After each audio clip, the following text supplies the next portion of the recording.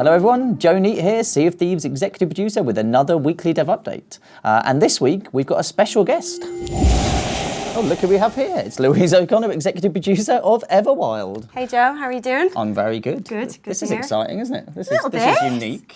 Yeah, it's great. Yeah. So obviously XO19 last year week, last whatever. I'm so used to just talking to a camera, not you. So obviously XO19 was last week, and for the first time we were showing 2 rare projects as opposed to 1, right? Yeah, it was pretty exciting. I think it's kind of, it was a big moment for us as a studio.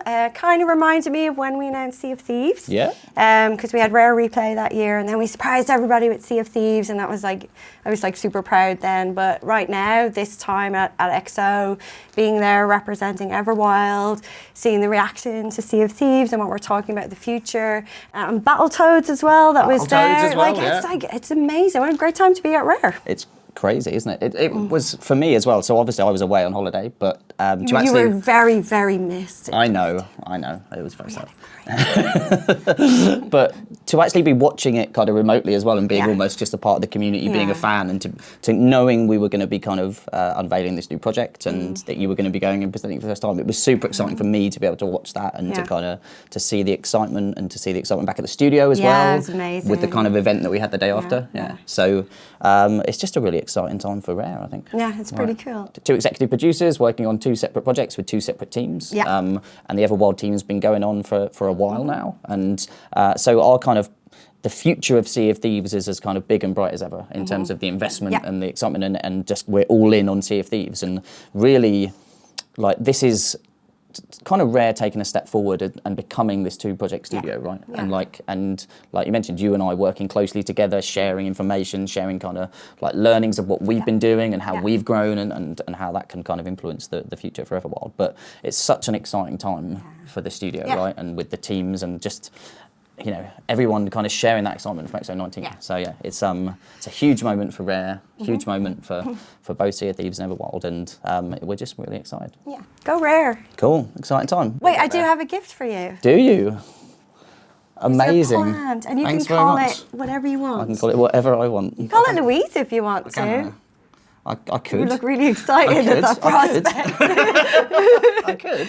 Yeah. Well, let's not rule it out. But we wouldn't want to rush into anything, would we? So obviously, thanks so much for the gift, and thanks so much for joining us on this week's Dev Update. You're welcome. It's my pleasure. Yeah, my pleasure. I have to get on talking about Sea of Thieves now because that's actually what people came for. Yeah, cool. So yeah, thanks, Louise.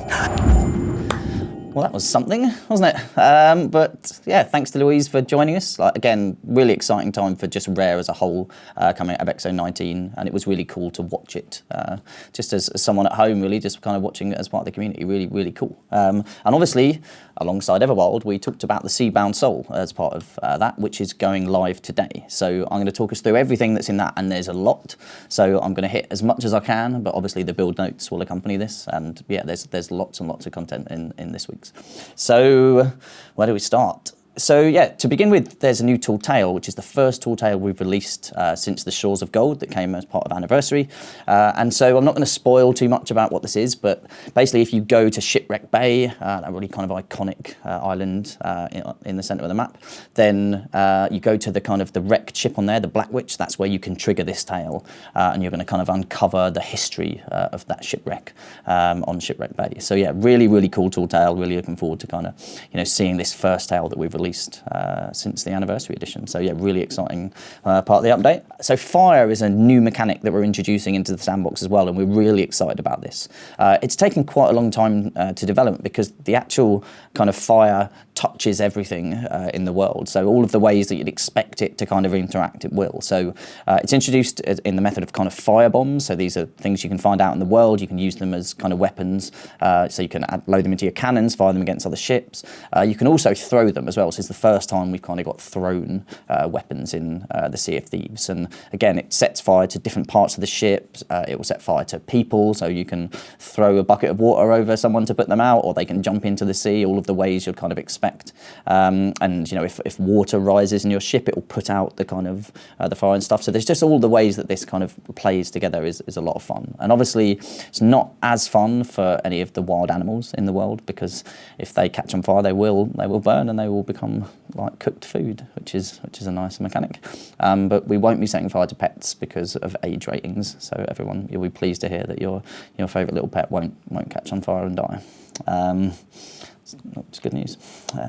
Probably the best part of the fire mechanic is that if you leave your food cooking on the stove on your ship, there's a good chance that if you leave it on too long and it burns for too long, that you might start a fire on your ship, which is just going to be a lot of fun to kind of see out in the wild. So yeah, really cool mechanic. We're just looking forward to seeing how this enriches the whole sandbox and just how people the sandbox and just how people use it in all sorts of fun and innovative ways. So yeah, loads of fun. Really looking forward to seeing how this one plays out. So alongside the tool tail, alongside fire, we're also introducing a new monthly activity which is called Ashen treasures. There are Ashen tomes in the world that you're trying to kind of get hold of, and the skeletons are hoarding these, and they're locked inside Ashen chests. The Ashen chests need a key to open, and so you have to go and hunt down key masters for the keys to unlock the Ashen chests. And there are unique Pirate Legend voyages where you can defeat Ashen guardians and also get Ashen chests. So has everyone got that? So there's Ashen chests that you need keys for, and there are key masters, and you've got to kill them, and basically just go and kill everything and everyone, and you'll eventually find keys, and maybe chests. The Ashen skeleton ship battles have kind of been introduced as part of this. So the kind of ship battles in the centre of the map, if you see one with the red cloud above it now, that indicates that it's an Ashen skeleton ship battle, and they're likely to be kind of hoarding multiple Ashen chests. So a kind of real opportunity to get a bunch of those chests if you take those on. But obviously expect other players around the world to see that and potentially come in for this too. So really cool kind of monthly activity alongside fire, alongside the tool tail. It's like a really rich update this month. So a few quality of life updates that I think we've potentially talked about a little bit in last week's update and maybe was covered in the panel, but I want to reiterate because they're super cool. First of all is that collector's chests now in the world can be filled with loot. So there's going to be no more finding empty collector's chests out there that you like get all excited about and then you open and then there's nothing in there, unless somebody really wants to troll players, because you could go and find the collector's chest, take everything out, and then just start leaving them around the world. So, so if you do find an empty one, it's because someone else doesn't like you. We've now improved riddle quests as well. So if you do a riddle quest, at the end of that, you'll get a collector's chest that will have multiple items of loot in. So really kind of enriching the rewards for going and doing riddle quests. So really super cool kind of quality of life update there. We've also got portable ammo chests. So this is where you can have up to 50 bullets now that you can have in one of these portable ammo chests. And they can be refilled at kind of the existing ammo chests, whether that's on the ship or in the world. And so it's, again, a real kind of game changer for combat this. And so again, we'll see people using this in really interesting ways. So, you know, you could have this portable ammo chest up in the crow's nest, fully stocked, and really kind of make that a kind of hard, like a difficult place to kind of take on if you're up there kind of defending your ship and stuff. So I'm really looking forward to, again, seeing how people use this tool that we're putting out into the world. So yeah, really cool update there. And you can now build campfires on islands now where you can go and cook. So just a really cool kind of update there for when you're out adventuring on islands, but obviously smoke will come off the campfires, so people might be able to see you from a distance, or if you see smoke coming off a campfire, there's probably going to be people around it. So just a nice little kind of enrichment to the sandbox world. So alongside that, we have some kind of new stuff, improvements in Arena. So some improvements to the core experience. So we've reduced the amount of maps that are rewarded each time you kind of get a new selection of maps. So a maximum of 3 will be kind of doled out across all the crews competing in Arena. So, you know, this is about trying to get the more likelihood of ships competing over limited treasure in the world, a bit more combat, a bit more competition.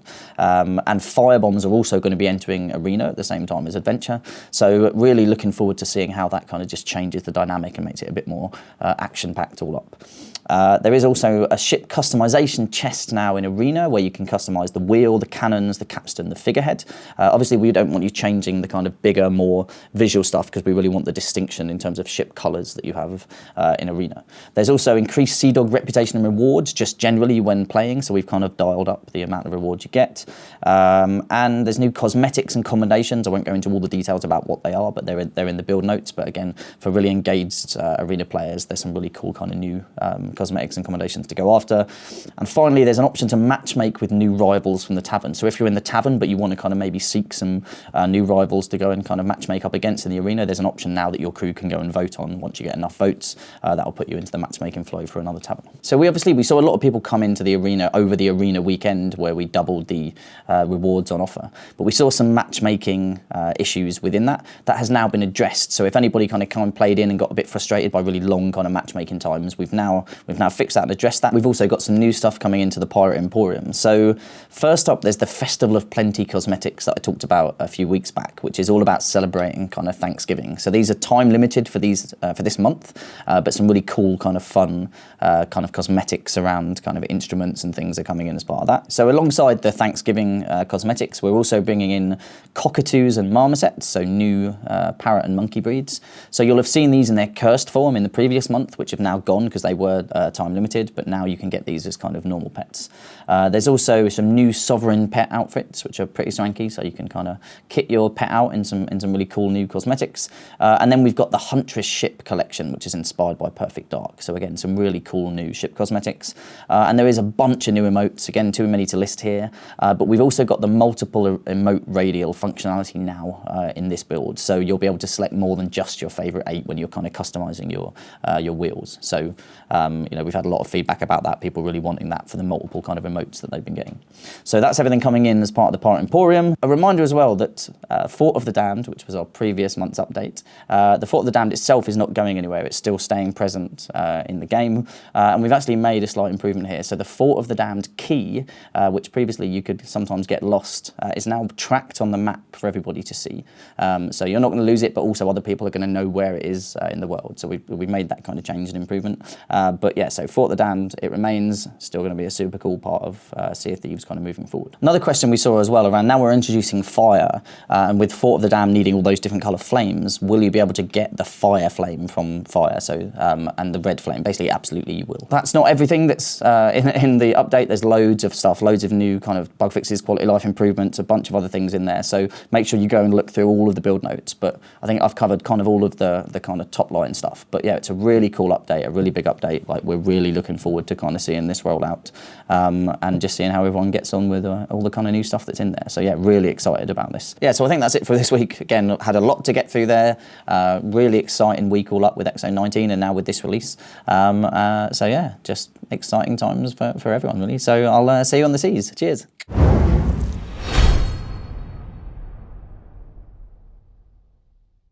So obviously I couldn't let today's dev update go by without acknowledging Asylum GC8's tattoo that he got of me on his posterior. I'm going to be growing a really big beard now, so we'll see how comfortable that is, mate. Anyway, feel free to like, subscribe, or click that little ship's bell.